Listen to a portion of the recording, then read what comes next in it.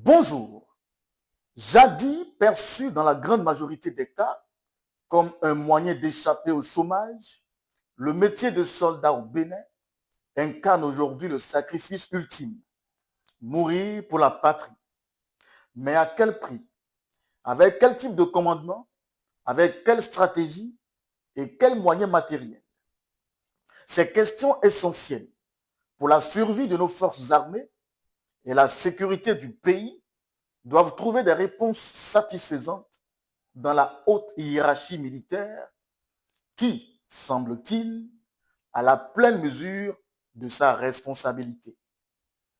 Alors que les rafales des terroristes emportent les enfants du Bénin debout, enfants dans le vrai sens du mot, souvent à peine sortis de l'adolescence et plongeant des familles dans le deuil, ce sont des joutes politiques qui occupent l'espace médiatique. Devant micros et caméras, les acteurs politiques rivalisent d'éloquence, promptes à s'incliner devant la mémoire des disparus, se relayant aussi pour pointer du doigt un pouvoir qu'ils accusent d'incompétence.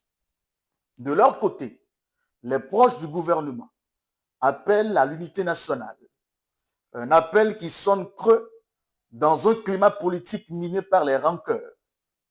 Des rancœurs très bien décrites par le président de l'Assemblée nationale du Bénin, Louis Vlavonou, à l'occasion de l'ouverture de la deuxième session ordinaire de l'année 2024.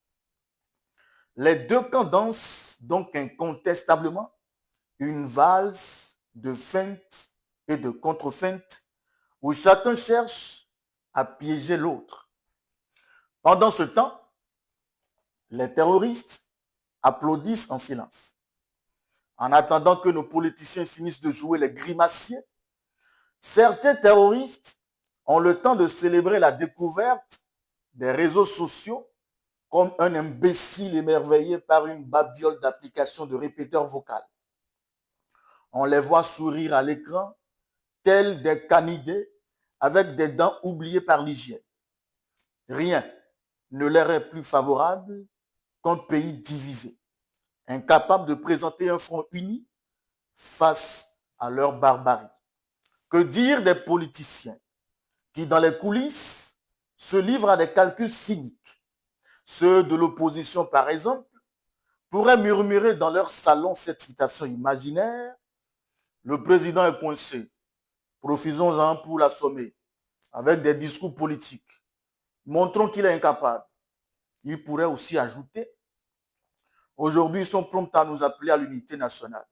Et pourtant, n'ont-ils pas rejeté hier notre main tendue pour construire ensemble le pays, jusqu'à en déduire que le pardon est une faute?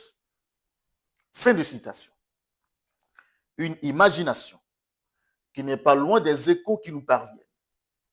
Cette posture, qui ressemble parfaitement à la construction de châteaux de sable en pleine tempête, est un terreau fertile pour les terroristes qui adorent exploiter les divisions politiques.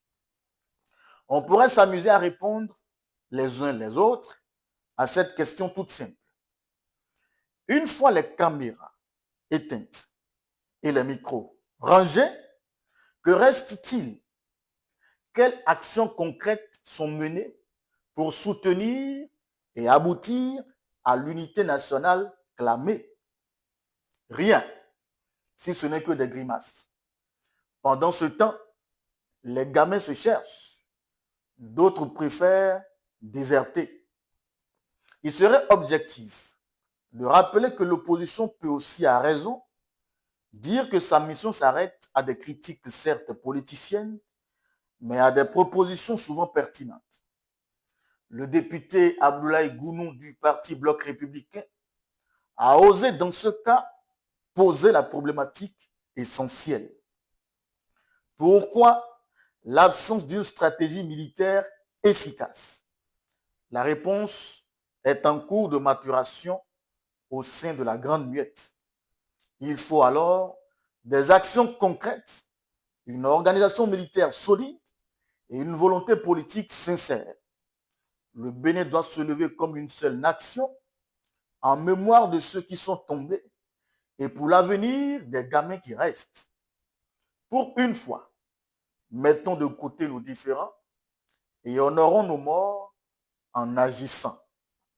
Si nous continuons à jouer cette comédie désespérante, nous signerons non seulement l'échec de notre armée, mais aussi celui de notre nation tout entière. Et gardons bien à l'esprit, quel que soit le pouvoir qui viendra en 2026, il sera, ce faisant, déjà trop tard pour faire reculer le terrorisme qui risquerait en ce moment de nous déposséder de nos terres. C'était votre chronique contre jour. Merci pour l'attention et à demain.